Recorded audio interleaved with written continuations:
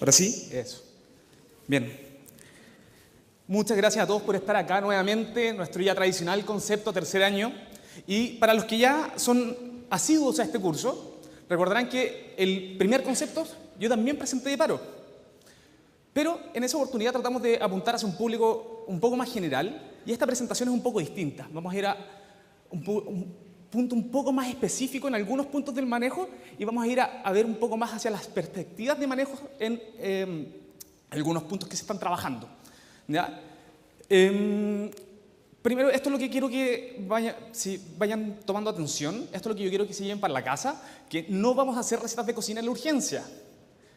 El dermatólogo que se le para a un paciente en el box de dermatología, él tiene que ocupar recetas de cocina porque él no reanima, pero nosotros somos expertos en la urgencia y expertos reanimadores.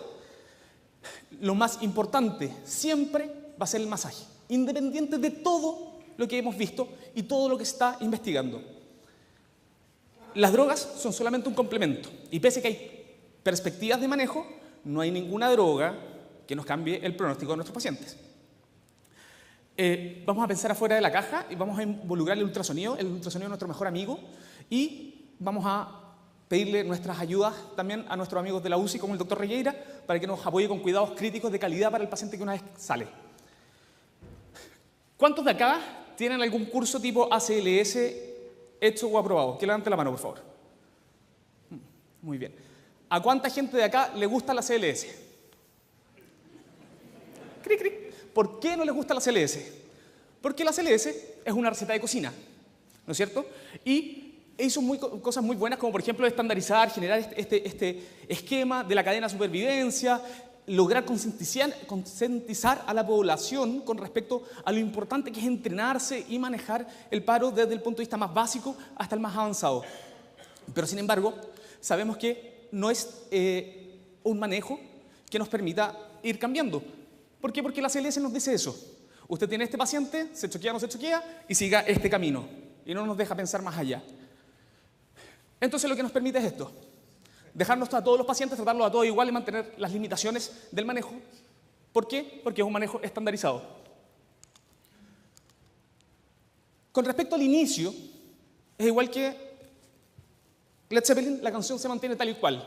Sabemos que el activar los sistemas de emergencia nos va a ayudar porque tenemos que hacer masaje precoz y necesitamos desfibrilación precoz, eso lo sabemos, está estudiado, hay muchos artículos, principalmente algunos sistemas en relación a una experiencia en casinos en Reno, otro en Rochester, de donde viene el doctor Cabrera, que han logrado han mejorado mucho la sobrevida, demostrando la caída en los tiempos de atención, la reanimación precoz básica y la desfibrilación precoz.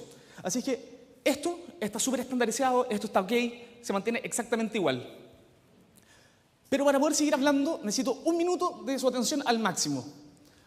Necesitamos hablar un minuto de fisiología del paro cardiorrespiratorio.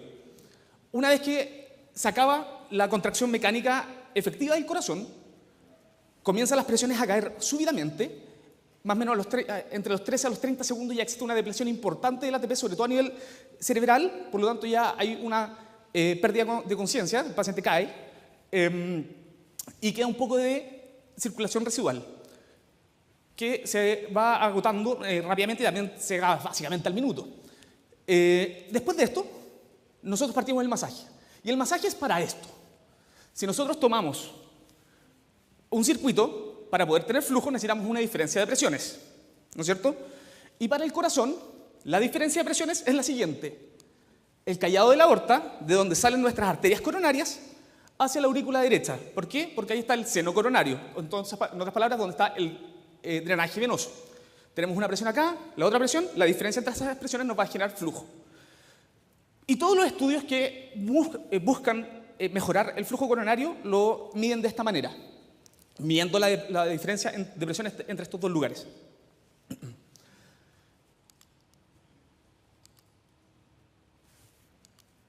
Y básicamente, ¿por qué es importante? Porque existen estudios hechos tanto en animales y algunas experiencias que muestran que los pacientes entre mejor presión de perfusión coronaria tienen, mejor sobrevida hay. En otras palabras, entre mejor masaje y mejor diferencia de presiones logramos, los pacientes sobreviven y salen más del paro. Y además sabemos que en relación al paro cardiorrespiratorio, nosotros vamos a partir haciendo masaje y vamos a empezar a construir una presión de perfusión coronaria. Después vamos a parar porque no sé, al becado se le ocurrió tomarle el pulso y la enfermera le está tratando de poner la vía, entonces no me mueve el paciente, doctor, y vamos a parar el masaje y nuestra presión de perfusión coronaria va a caer. Y esa presión de perfusión coronaria no se construye inmediatamente, sino que requiere entre 5 a 10 compresiones de empezar a generar un flujo mínimo, ¿ya? Y de ahí que viene eso de no parar el masaje, ¿ok? Entonces, los conceptos principales es no parar el masaje y conocer que necesitamos generar una diferencia de presión para lograr perfundir nuestro corazón. ¿Y qué es lo que nos ha dicho la AJA todo el rato? Push hard, push fast. Aprieta duro o masajea duro y masajea rápido, ¿no? Lo cual, en verdad, en relación a la presión es súper bien, pero no están poniendo otro punto importante, que es permite una buena reexpansión. Porque la presión y el retorno venoso que vamos a permitir llenar este corazón y generar flujo va a depender de la capacidad que tengamos de reexpandir este tórax y generar presión negativa intratorácica. ¿Cuál es el problema? Que existen muchos reportes de que estamos haciendo un masaje demasiado rápido. Hemos ido tan profundo con esto de presiona rápido, masajea rápido, que estamos haciendo masaje a tasas de 130, 140, 150. Y existen estudios antiguos que muestran que el retorno de la circulación a circulación espontánea y la sobrevida cae después de los 130 masajes por minuto. Por lo tanto, nuestro nuevo mensaje es: presiona duro, permite una buena reexpansión y presiona rápido, pero no tan rápido. De ahí viene la cosa de esto del Stay Alive y todas las otras canciones que pueden servir en el contexto del masaje. Existen devices o gadgets, como les queramos decir, como por ejemplo Lucas, que es un masajeador automático.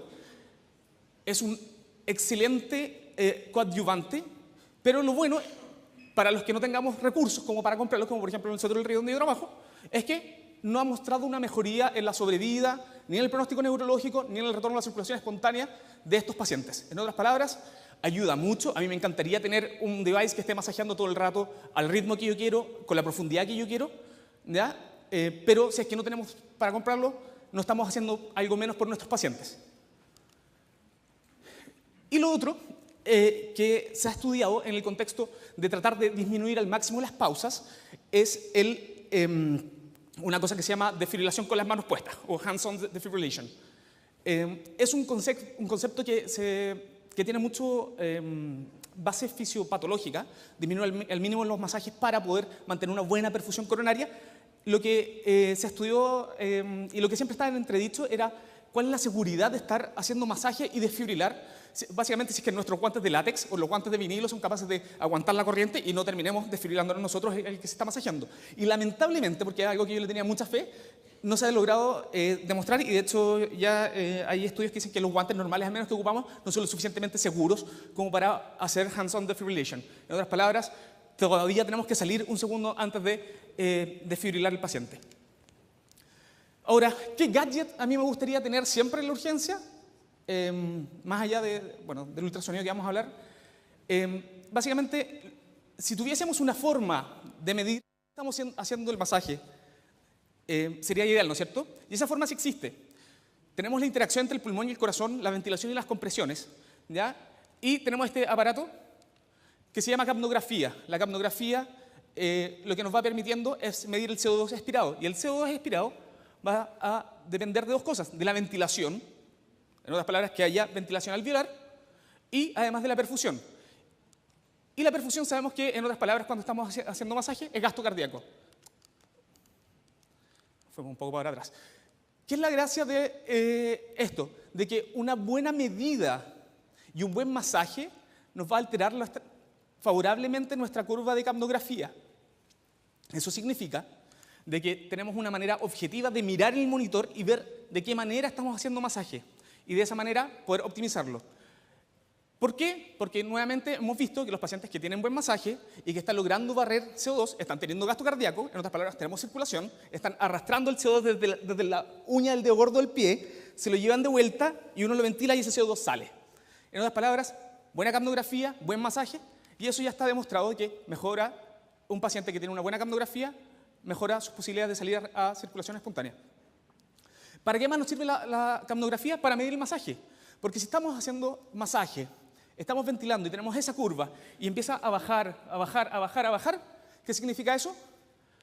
Que nuestro masajista se cansó y que es hora de cambiarlo. Por el otro lado, si tenemos nuestra curva de capnografía que está bajita y de repente estamos haciendo masaje y vemos que se dispara, ¿qué significa eso? Que hubo un aumento súbito del gasto cardíaco. Y eso significa que el paciente tuvo retorno a circulación espontánea.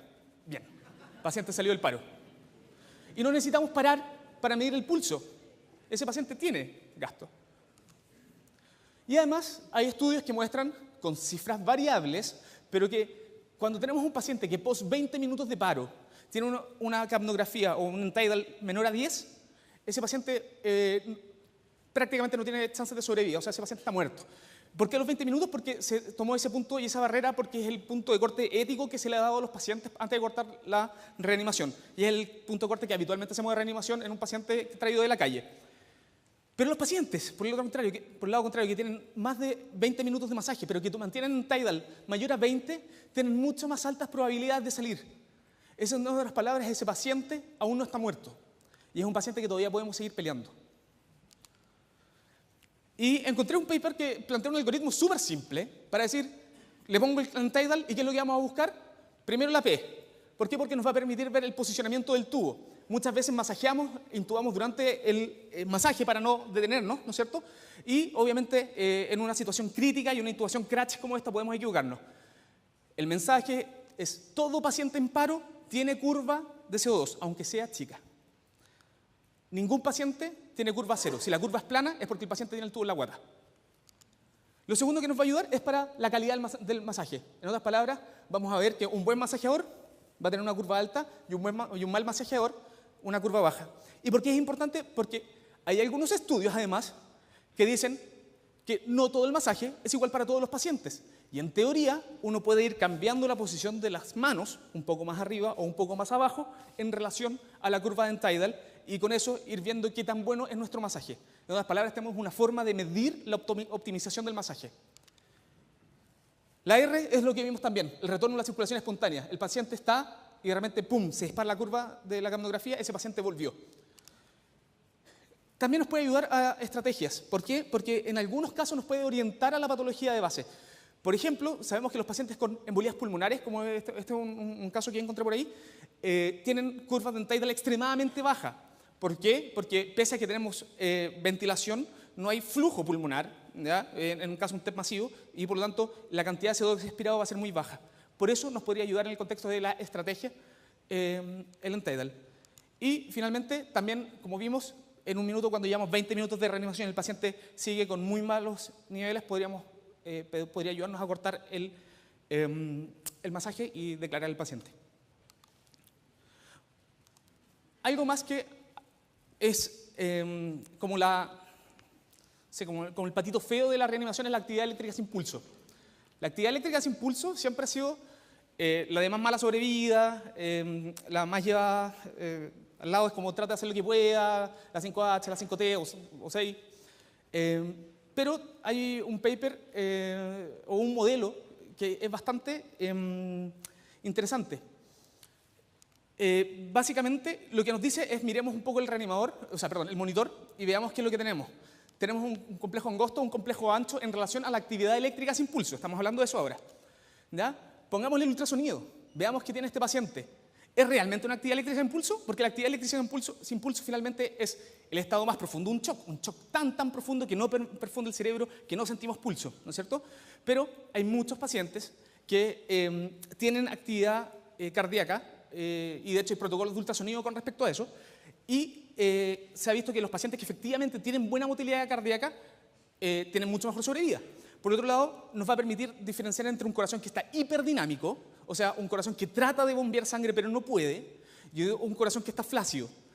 ¿Por qué es importante esto? Porque el corazón hiperdinámico va a tener algo mecánico que no está permitiendo bombear. El corazón quiere, pero no puede. No puede, ¿por qué? Porque al gallo se le rompió la aorta y no tiene volumen.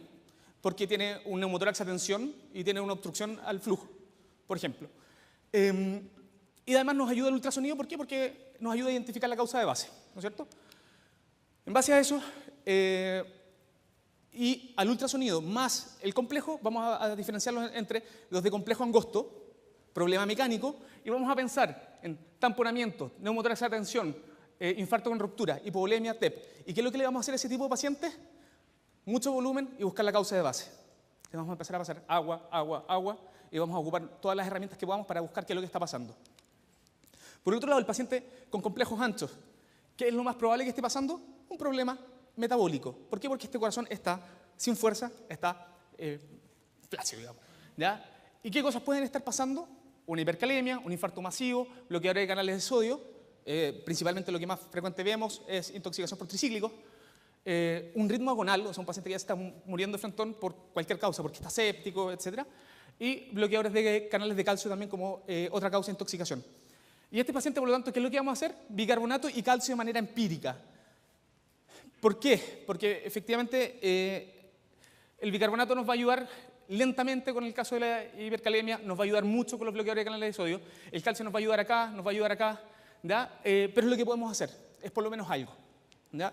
Pero es otra manera de enfrentarse a la actividad eléctrica sin pulso.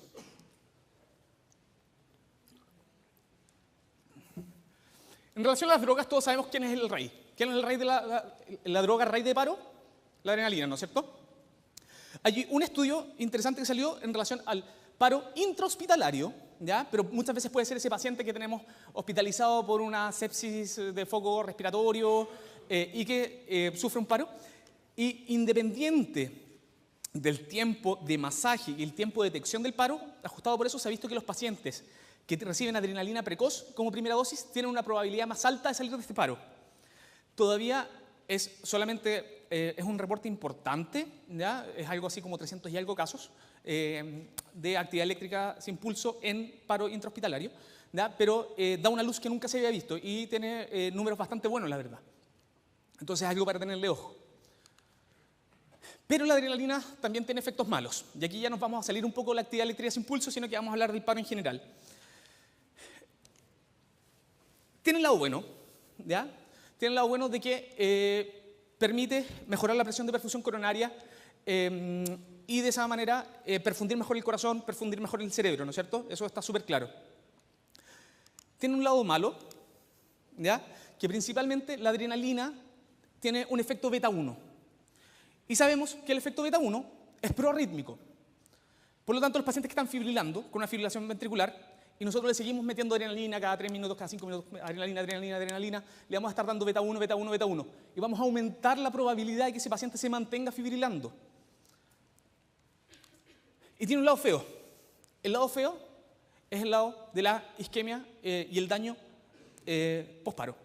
¿Ya? Sabemos que los pacientes que reciben mucha adrenalina hacen más isquemia intestinal, más falla renal, ¿ya? Y más disfunción de la microvasculatura tanto del corazón como a nivel cerebral. Eso está súper establecido. Entonces, ¿existe alguna manera que podamos decir cómo ir ajustando las dosis de adrenalina para no pasarnos? Porque tiene cosas buenas y muchas cosas malas.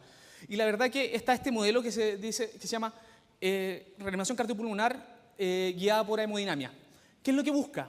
Lo que busca esto es tener una presión diastólica de al menos 20. Si tenemos una presión diastólica de 20, el paciente no debería seguir necesitando más adrenalina. Y eso debería ser suficiente. Después de eso, en un paciente que no tiene función de bomba, no vamos a sacar nada más siguiendo apretándolo o metiéndole más efecto beta 1. Esto es algo que es bastante nuevo.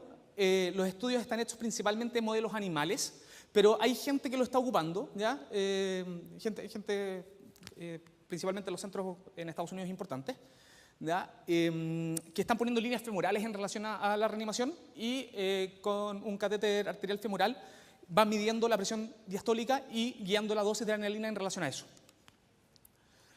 ¿Qué otra cosa podemos hacer? Esto es algo que estaba antiguo y que quedó botado y que se agarró de nuevo. Hay un estudio de 1998 que muestra en animales el uso de doble desfibrilación secuencial, que estaba en esa época hecho con los desfibriladores de 360 joules monofásicos. Y lo que intentaba es tratar de hacer reanimación y ocupar la doble reanimación, o sea, la doble desfibrilación secuencial, que significa básicamente tratar de hacer lo más simultáneo posible el gatillo entre 1 y 2 desfibriladores. Lo ideal para esto es tener uno con los parches, ¿ya? Adelante y atrás, y el otro en el eje habitual que ocupamos. Es una herramienta, ¿ya?, que falta probarlo, pero hay reportes de casos clínicos de pacientes con fibrilación ventricular refractaria que están saliendo con esto. Entonces, ¿en qué paciente lo vamos a ocupar? El paciente que está en fibrilación ventricular. Lo guasqueamos y sigue, masaje, masaje, masaje, le damos droga, estamos haciendo todo lo que podemos, lo intubamos, reanimación avanzada, y sigue, lleva 15, 20 minutos y sigue en fibrilación ventricular. Puede ser una alternativa y puede ser un cartucho que quemar. Acuérdense que este paciente está muerto, y si es que uno no hace nada, va a seguir muerto, ¿ya? Entonces, realmente, ocupar estas herramientas nos puede ayudar, ¿ya? Y en relación a quiénes son los New Kids on the Block, qué son las cosas que se están estudiando además en relación a las drogas, ¿ya? Lo primero es el esmolol. El esmolol tiene la ventaja de ser el antagonista perfecto para la adrenalina. Tiene un efecto beta 1 de bloqueo, ¿ya? Por lo tanto, hay pacientes con fibrilación ventricular refractaria que se les está dando esmolol. Hay un reporte de 6 casos de fibrilación ventricular refractaria en cual los 6 pacientes respondieron a esmolol. Ahora, el paciente que llevaba más rato fibrilando lleva algo así como 43 minutos de fibrilación ventricular. Y le dieron esmolol y al choque siguiente salió, ¿ya? Solamente 6 pacientes, esto estamos mirando un poco hacia el futuro, no es para darlo como terapia estándar a todos los pacientes, pero es qué es lo que viene, qué es lo que podemos hacer. Corticoides. Corticoides, hay un estudio, eso sí que busca outcome combinado, porque se dio en relación a epinefrina y vasopresina, ¿ya? Pero lo que dan a estos, en este estudio es una dosis de metilprednisolona de carga durante el paro, y después cuando el paciente se iba a la UCI lo mantenían con hidrocortisona. Estos pacientes también tuvieron mucho menor cantidad de requerimiento de drogas vasoactivas, menos infecciones, menos días de UCI. Lo que sí no mostró mejoría desde el punto de vista neurológico. Así que esa es una gran falla que tiene. El otro estudio que se está haciendo es un estudio con nitroprusiato. ¿Por qué el nitroprusiato? Porque el nitroprusiato podría ayudar a la disfunción vascular o microvascular cerebral. Básicamente, que es lo que se ha visto, que cuando los pacientes están en paro, se pierde la regulación del flujo sanguíneo cerebral y se produce un efecto en el cual existe una vasoconstricción masiva de la microvasculatura. Se han pasado bolos de nitroprusiato, y esto está visto en modelos animales y hay algunos estudios en modelos en humanos, digamos. Y lo que nos ayudaría el nitroprusiato es más que nada a mejorar esta disfunción. Nos vamos a poner un poco por el tiempo. Antibióticos, hay un estudio retrospectivo que busca los cultivos prospectivo, que se tomaban cultivos de los pacientes que entraban en paro, ¿ya? Y básicamente lo que demostró que el 38% de los pacientes que están en paro tienen bacteremia, ¿ya? Y esto, la gracia de este trabajo es que filtraron los pacientes que tenían flora, porque uno dice, ¿cómo están tomando cultivo en paro? Obviamente esa cuestión está contaminada. Si es flora de la piel, lo descartaron, a no ser que los 2 cultivos fueran positivos para flora para la piel. Lo cual hace bastante sentido, porque sabemos que los pacientes que están infectados hacen disfunción cardíaca, sus mediadores proinflamatorios se elevan, y todas las veces que tenemos mediadores proinflamatorios tenemos más probabilidades de hacer disfunción de la microvasculatura cardíaca y además accidentes de placa. Entonces, básicamente, ¿qué es lo que nos está diciendo esto? De que los pacientes que entran en paro, de repente cuando salgan de paro deberíamos pensar al tiro en ponerles antibióticos. Los pacientes que tenían bacteriemias en el paro no se murieron más, pero sí requirieron más drogas vasoactivas que los pacientes que no tenían bacteremia, ¿ya? También es una línea que hay que seguir. Y bueno, yo creo que la gran vedette con respecto a los centros de alta complejidad, de lo que se está haciendo mucho, es el uso de ECMO en el paciente en paro. En otras palabras, apoyo circulatorio total y oxigenación de este paciente durante la fase del paro. ¿En qué paciente? Obviamente pacientes que tengan chances de salir. No vamos a poner en ECMO una abuelita de 92 años que está postrada con Alzheimer. Pero pacientes, por ejemplo, un hombre joven intoxicado con bloqueadores de canales de calcio, una intoxicación severa. Ese paciente, tú sabes que no hay daño celular, ese paciente tú lo que necesitas es darle circulación y esperar que se vaya limpiando de su intoxicación. Y pacientes también que están con patología cardíaca inicial. Hay pacientes que se conectan a ECMO y se pueden llevar incluso a hemodinamia con ECMO. Obviamente eso es manejo muy, pero muy avanzado, pero hay que tener, ojo, esta página se la recomiendo a todos los que quieran averiguar más del tema, ¿ya? Esto es un tema por sí solo. idiecmo.org, ¿ya? Para que los que quieran leer. Y salió nuestro paciente del paro. ¿Y qué cosas hay nuevas en relación al paciente que sale del paro? Básicamente, lo primero es seguir insistiendo que cada día hay más y más evidencia de que los pacientes que se paran independiente de electrosalida, independiente si hicieron o no hicieron dolor al pecho, los pacientes que sufren un paro y si van a hemodinamia, esos pacientes tienen una probabilidad alta de tener enfermedad coronaria. Imagínense que el 26% de los pacientes en esta cohorte tenía una oclusión reciente de alguna arteria coronaria sin tener elevación del ST ni dolor al pecho, ¿ya? Sabemos que la indicación actual es paciente que tiene una fibrilación ventricular, idealmente todos deberían ir, idealmente, ¿ya? Los pacientes que tienen un supradesnivel del ST evidente a la salida del paro, y los pacientes que además tenían historia previa clásica y, o estaban ya por un infarto en la urgencia y se nos paran, ¿no es cierto? Esos son los pacientes que van siempre. Pero deberíamos apuntar a que la mayoría de nuestros pacientes fueran para allá. Sabemos también desde el 2002 los estudios de Bernard y el JACA de la hipotermia terapéutica, NNT 6, pocas cosas en la medicina tienen un NNT, un number needed to treat, tan bajo como esto, ¿ya? La gran gracia es, lo último que salió, que probablemente muchos han escuchado, es el TTM, un estudio sueco en el cual comparaba a los pacientes que se ponían y se enfriaban a 33 grados versus los que se le hacía normotermia o microhipotermia, por decirlo así, terapéutica. Y la verdad es que no mostraban diferencias en relación a la mejoría de los outcomes neurológicos. Acuérdense que esto es algo que hace que los pacientes post-paro salgan caminando. 1 de cada 6 que metamos va a mejorar. Y la gracia de esto es que hacen menos infecciones, tienen menos requerimientos de drogas vasoactivas cuando están en la UCI. No es probablemente lo que nos toca a nosotros cuidar, ¿ya? Pero a nosotros sí nos toca empezar a enfriar a estos pacientes. Entonces, después de todo esto, ¿ya? Yo creo que siempre se quedan y se llevan para la casa que lo más importante de todo lo que hablamos es el masaje. Pese a todo, no hay nada que cambie el pronóstico de nuestros pacientes como un buen masaje, buena reanimación precoz, desfibrilación precoz, ¿ya?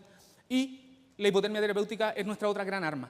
Todo lo demás es solamente perspectivas en manejo futuro o es manejo especializado en cada paciente. Pero si hablamos de globo, hablamos de nuestro universo de pacientes, esto es lo que importa, esto es lo que vale, ¿ya? No la receta cocina, nuevamente, buen masaje, usar las drogas solamente y pensarlas que son un complemento, no son nuestras bases de reanimación. Pensar afuera de la caja, ocupemos el ultrasonido y cuidados críticos de calidad. Y acuérdense que el manejo del paro no es estandarizado. Eso, muchas gracias.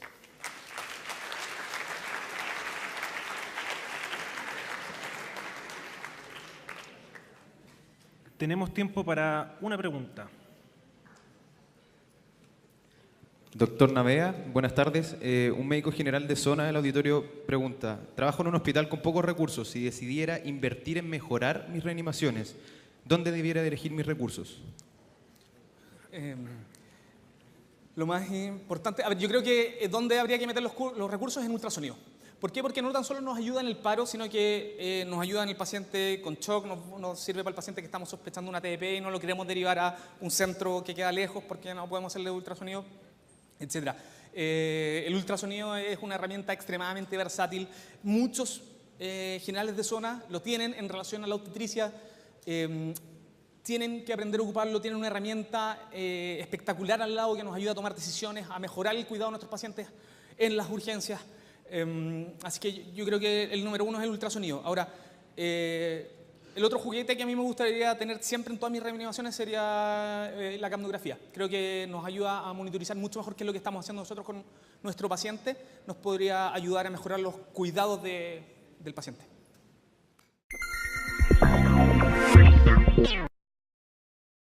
Bueno, es nuestro masaje. En otras palabras, tenemos una forma de medir la optimización del masaje. La R es lo que vimos también, el retorno a la circulación espontánea. El paciente está y de repente, ¡pum!, se dispara la curva de la capnografía, ese paciente volvió. También nos puede ayudar a estrategias. ¿Por qué? Porque en algunos casos nos puede orientar a la patología de base. Por ejemplo, sabemos que los pacientes con embolías pulmonares, como este es un caso que encontré por ahí, tienen curvas de Tidal extremadamente bajas. ¿Por qué? Porque pese a que tenemos ventilación, no hay flujo pulmonar, ¿ya? En un caso un TEP masivo, y por lo tanto la cantidad de CO2 expirado va a ser muy baja. Por eso nos podría ayudar en el contexto de la estrategia el N-Tidal. Y finalmente, también, como vimos, en un minuto, cuando llevamos 20 minutos de reanimación, el paciente sigue con muy malos niveles, podría ayudarnos a cortar el masaje y declarar al paciente. Algo más que es como el patito feo de la reanimación es la actividad eléctrica sin pulso. La actividad eléctrica sin pulso siempre ha sido la de más mala sobrevida, la más llevada al lado, es como trata de hacer lo que pueda, la 5H, la 5T o 6. Pero hay un paper o un modelo que es bastante interesante. Básicamente lo que nos dice es miremos un poco el el monitor y veamos qué es lo que tenemos. Tenemos un complejo angosto, un complejo ancho en relación a la actividad eléctrica sin pulso. Estamos hablando de eso ahora. ¿Ya? Pongámosle el ultrasonido, veamos qué tiene este paciente. ¿Es realmente una actividad eléctrica sin pulso? Porque la actividad eléctrica sin pulso finalmente es el estado más profundo, un shock tan profundo que no perfunde el cerebro, que no sentimos pulso, ¿no es cierto? Pero hay muchos pacientes que tienen actividad cardíaca, y de hecho hay protocolos de ultrasonido con respecto a eso, y se ha visto que los pacientes que efectivamente tienen buena motilidad cardíaca tienen mucho mejor sobrevida. Por otro lado, nos va a permitir diferenciar entre un corazón que está hiperdinámico, o sea, un corazón que trata de bombear sangre pero no puede, y un corazón que está flácido. ¿Por qué es importante esto? Porque el corazón hiperdinámico va a tener algo mecánico que no está permitiendo bombear. El corazón quiere, pero no puede. No puede, ¿por qué? Porque al gallo se le rompió la aorta y no tiene volumen, porque tiene un neumotórax a tensión y tiene una obstrucción al flujo, por ejemplo. Y además nos ayuda el ultrasonido, ¿por qué? Porque nos ayuda a identificar la causa de base, ¿no es cierto? En base a eso, y al ultrasonido más el complejo, vamos a diferenciarlos entre los de complejo angosto, problema mecánico, y vamos a pensar en tamponamiento, neumotórax a tensión, infarto con ruptura, hipovolemia, TEP. ¿Y qué es lo que le vamos a hacer a ese tipo de pacientes? Mucho volumen y buscar la causa de base. Le vamos a empezar a pasar agua. Es una patología cardíaca inicial. Hay pacientes que se conectan a ECMO y se pueden llevar incluso a hemodinamia con ECMO. Obviamente eso es un manejo muy avanzado, pero hay que tener ojo. Esta página se las recomiendo a todos los que quieran averiguar más del tema. ¿Ya? Esto es un tema por sí solo. idiecmo.org, ¿ya? Para que los que quieran leer. Y salió nuestro paciente del paro. ¿Y qué cosas hay nuevas en relación al paciente que sale del paro? Básicamente, lo primero es seguir insistiendo que cada día hay más y más evidencia de que los pacientes que se paran independiente del electrosalida, independiente si hicieron o no hicieron dolor al pecho, los pacientes que sufren un paro y si van a hemodinamia, esos pacientes tienen una probabilidad alta de tener enfermedad coronaria. Imagínense que el 26% de los pacientes en esta cohorte tenía una oclusión reciente de alguna arteria coronaria sin tener elevación del ST ni dolor al pecho. ¿Ya? Sabemos que la indicación actual es paciente que tiene una fibrilación ventricular, idealmente todos deberían ir, idealmente, ¿ya? Los pacientes que tienen un supranivel del ST evidente a la salida del paro, y los pacientes que además tenían historia previa clásica y, o estaban ya por un infarto en la urgencia y se nos paran, ¿no es cierto? Esos son los pacientes que van siempre. Pero deberíamos apuntar a que la mayoría de nuestros pacientes fueran para allá. Sabemos también desde el 2002 los estudios de Bernard y el JACA de la hipotermia terapéutica, NNT 6, pocas cosas en la medicina tienen un NNT, un number needed to treat, tan bajo como esto. ¿Ya? La gran gracia es, lo último que salió que probablemente muchos han escuchado, es el TTM, un estudio sueco en el cual comparaba a los pacientes que se ponían y se enfriaban a 33 grados versus los que se le hacía normotermia o microhipotermia, por decirlo así, terapéutica. Y la verdad es que no mostraban diferencias en relación a la mejoría de los outcomes neurológicos. Acuérdense que esto es algo que hace que los pacientes post-paro salgan caminando. 1 de cada 6 que metamos va a mejorar. Y la gracia de esto es que hacen menos infecciones, tienen menos requerimientos de drogas vasoactivas cuando están en la UCI. No es probablemente lo que nos toca a nosotros cuidar, ¿ya? Pero a nosotros sí nos toca empezar a enfriar a estos pacientes. Entonces, después de todo esto, ¿ya? Yo creo que siempre se quedan y se llevan para la casa que lo más importante de todo lo que hablamos es el masaje. Pese a todo, no hay nada que cambie el pronóstico de nuestros pacientes como un buen masaje, buena reanimación precoz, desfibrilación precoz, ¿ya? Y la hipotermia terapéutica es nuestra otra gran arma. Todo lo demás es solamente perspectivas, es manejo futuro o es manejo especializado en cada paciente. Pero si hablamos de globo, hablamos de nuestro que tiene este paciente, ¿es realmente una actividad eléctrica sin pulso? Porque la actividad eléctrica sin pulso finalmente es el estado más profundo, un shock tan profundo que no perfunde el cerebro, que no sentimos pulso, ¿no es cierto? Pero hay muchos pacientes que tienen actividad cardíaca, y de hecho hay protocolos de ultrasonido con respecto a eso, y se ha visto que los pacientes que efectivamente tienen buena motilidad cardíaca tienen mucho mejor sobrevida. Por otro lado, nos va a permitir diferenciar entre un corazón que está hiperdinamico, o sea, un corazón que trata de bombear sangre pero no puede, y un corazón que está flácido. ¿Por qué es importante esto? Porque el corazón hiperdinamico va a tener algo mecánico que no está permitiendo bombear. El corazón quiere, pero no puede. No puede, ¿por qué? Porque al gallo se le rompió la aorta y no tiene volumen, porque tiene un neumotórax a tensión y tiene una obstrucción al flujo, por ejemplo.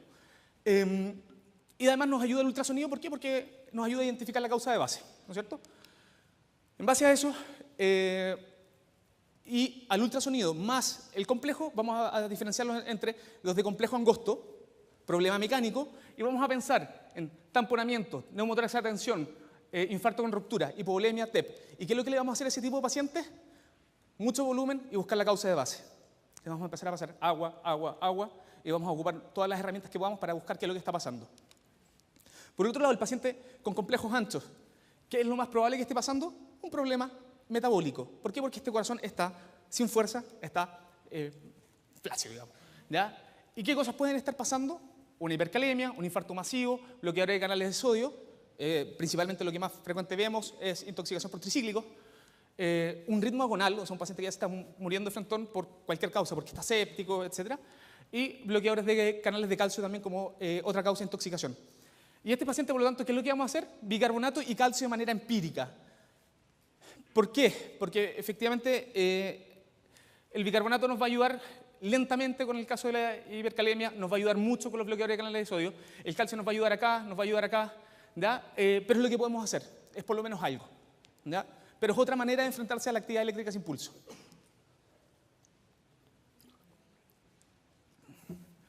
En relación a las drogas, todos sabemos quién es el rey. ¿Quién es el rey de la droga rey de paro? La adrenalina, ¿no es cierto? Hay un estudio interesante que salió en relación al paro intrahospitalario, ¿ya? Pero muchas veces puede ser ese paciente que tenemos hospitalizado por una sepsis de foco respiratorio y que sufre un paro. Y independiente del tiempo de masaje y el tiempo de detección del paro, ajustado por eso, se ha visto que los pacientes que reciben adrenalina precoz como primera dosis tienen una probabilidad más alta de salir de este paro. Todavía es solamente es un reporte importante, ¿ya? Es algo así como 300 y algo casos. Hay un estudio interesante que salió en relación al paro intrahospitalario, ¿ya? Pero muchas veces puede ser ese paciente que tenemos hospitalizado por una sepsis de foco respiratorio y que sufre un paro. Y independiente del tiempo de masaje y el tiempo de detección del paro, ajustado por eso, se ha visto que los pacientes que reciben adrenalina precoz como primera dosis tienen una probabilidad más alta de salir de este paro. Todavía es solamente es un reporte importante, ¿ya? Es algo así como 300 y algo casos de actividad eléctrica sin pulso en paro intrahospitalario, ¿ya? Pero da una luz que nunca se había visto y tiene números bastante buenos, la verdad. Entonces es algo para tenerle ojo. Pero la adrenalina también tiene efectos malos. Y aquí ya nos vamos a salir un poco de la actividad eléctrica sin pulso, sino que vamos a hablar del paro en general. Tiene el lado bueno, ¿ya? Tiene el lado bueno de que permite mejorar la presión de perfusión coronaria y de esa manera perfundir mejor el corazón, perfundir mejor el cerebro, ¿no es cierto? Eso está súper claro. Tiene un lado malo, ¿ya? que principalmente la adrenalina tiene un efecto beta 1. Y sabemos que el efecto beta 1 es proarrítmico. Por lo tanto, los pacientes que están fibrilando con una fibrilación ventricular y nosotros le seguimos metiendo adrenalina cada 3 minutos, cada 5 minutos, adrenalina, adrenalina, adrenalina, le vamos a estar dando beta 1, beta 1, beta 1. Y vamos a aumentar la probabilidad de que ese paciente se mantenga fibrilando. Y tiene un lado feo. El lado feo es el lado de la isquemia y el daño posparo. ¿Ya? Sabemos que los pacientes que reciben mucha adrenalina hacen más isquemia intestinal, más falla renal, ¿ya? Y más disfunción de la microvasculatura tanto del corazón como a nivel cerebral. Eso está súper establecido. Entonces, ¿existe alguna manera que podamos decir cómo ir ajustando las dosis de adrenalina para no pasarnos? Porque tiene cosas buenas y muchas cosas malas. Y la verdad que está este modelo que se llama reanimación cardiopulmonar guiada por hemodinamia. ¿Qué es lo que busca? Lo que busca esto es tener una presión diastólica de al menos 20. Si tenemos una presión diastólica de 20, el paciente no debería seguir necesitando más adrenalina. Y eso debería ser suficiente. Después de eso, en un paciente que no tiene función de bomba, no vamos a sacar nada más siguiendo apretándolo o metiéndole más efecto beta 1. Esto es algo que es bastante nuevo. Los estudios están hechos principalmente en modelos animales, pero hay gente que lo está ocupando, ¿ya? Gente principalmente en los centros en Estados Unidos importantes, ¿ya? Que están poniendo líneas femorales en relación a la reanimación y con un catéter arterial femoral van midiendo la presión diastólica y guiando la dosis de adrenalina en relación a eso. ¿Qué otra cosa podemos hacer? Esto es algo que estaba antiguo. Un minuto de su atención al máximo. Necesitamos hablar un minuto de fisiología del paro cardiorrespiratorio. Una vez que se acaba la contracción mecánica efectiva del corazón, comienzan las presiones a caer súbitamente, más o menos entre los 13 a los 30 segundos ya existe una depresión importante del ATP, sobre todo a nivel cerebral, por lo tanto ya hay una pérdida de conciencia, el paciente cae, y queda un poco de circulación residual, que se va agotando rápidamente y también se acaba básicamente al minuto. Después de esto, nosotros partimos del masaje. Y el masaje es para esto. Si nosotros tomamos un circuito, para poder tener flujo necesitamos una diferencia de presiones, ¿no es cierto? Y para el corazón, la diferencia de presiones es la siguiente. El callado de la aorta, de donde salen nuestras arterias coronarias, hacia la aurícula derecha. ¿Por qué? Porque ahí está el seno coronario. Entonces, en otras palabras, donde está el drenaje venoso. Tenemos una presión acá, la otra presión, la diferencia entre esas presiones nos va a generar flujo. Y todos los estudios que buscan mejorar el flujo coronario lo miden de esta manera, midiendo la diferencia de presiones entre estos dos lugares.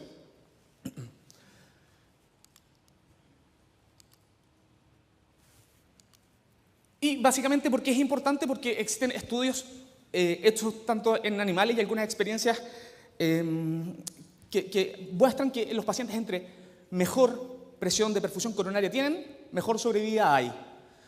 En otras palabras, entre mejor masaje y mejor diferencia de presiones logramos, los pacientes sobreviven y salen más del paro. Y además sabemos que en relación al paro cardiorrespiratorio, nosotros vamos a partir haciendo masaje y vamos a empezar a construir una presión de perfusión coronaria. Después vamos a parar porque no sé, al becado se le ocurrió tomarle el pulso y la enfermera le está tratando de poner la vía, entonces no me mueve el paciente, doctor, y vamos a parar el masaje y nuestra presión de perfusión coronaria va a caer. Y esa presión de perfusión coronaria no se construye inmediatamente, sino que requiere entre 5 a 10 compresiones de empezar a generar un flujo mínimo, ¿ya? Y de ahí que viene eso de no parar el masaje, ¿ok? Entonces, los conceptos principales es no parar el masaje y conocer que necesitamos generar una diferencia de presión para lograr perfundir nuestro corazón. ¿Y qué es lo que nos ha dicho la AJA todo el rato? Push hard, push fast. Aprieta duro o masajea duro y masajea rápido, ¿no? Lo cual, en verdad, en relación a la presión es súper bien, pero no están poniendo otro punto importante, que es permite una buena reexpansión. Porque la presión y el retorno venoso que vamos a permitir llenar este corazón y generar flujo va a depender de la capacidad que tengamos de reexpandir este tórax y generar presión negativa intratorácica. Estas presiones nos van a generar flujo. Y todos los estudios que buscan mejorar el flujo coronario lo miden de esta manera. midiendo la diferencia de presión entre estos dos lugares.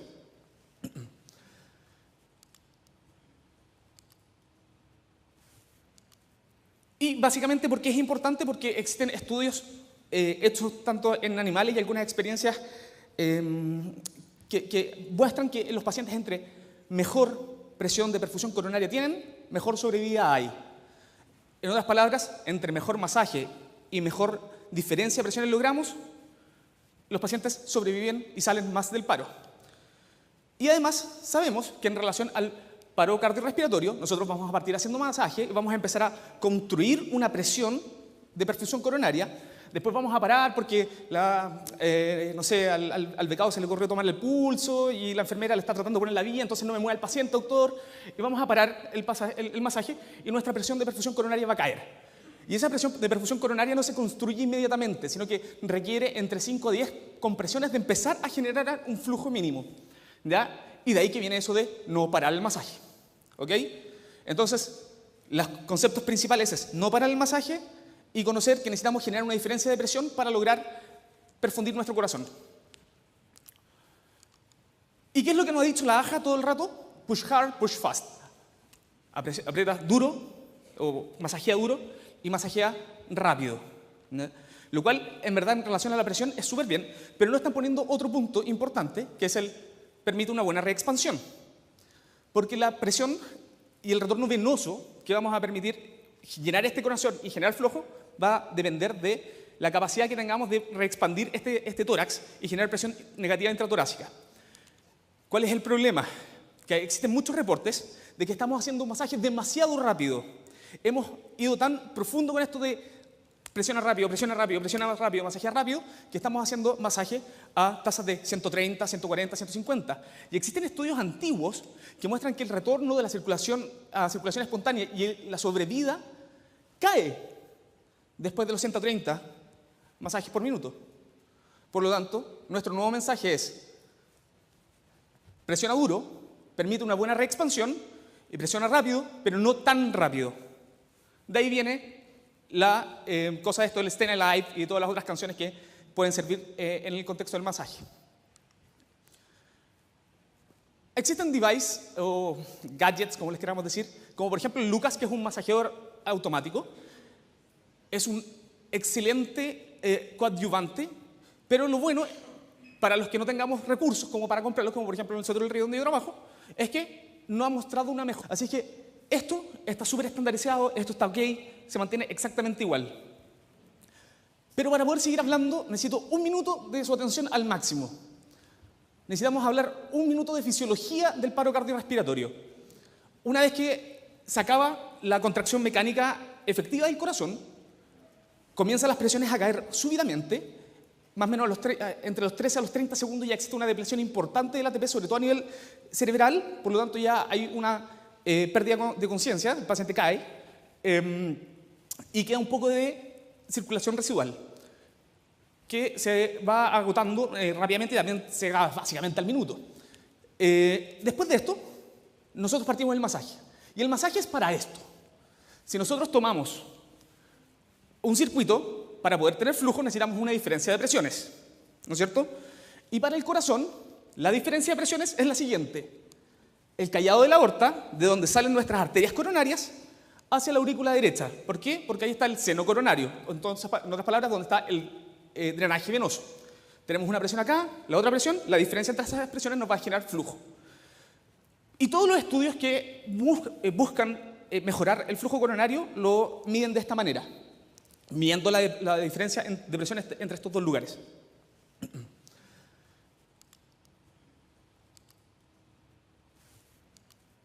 Y básicamente, ¿por qué es importante? Porque existen estudios hechos tanto en animales y algunas experiencias que muestran que los pacientes entre mejor presión de perfusión coronaria tienen, mejor sobrevida hay.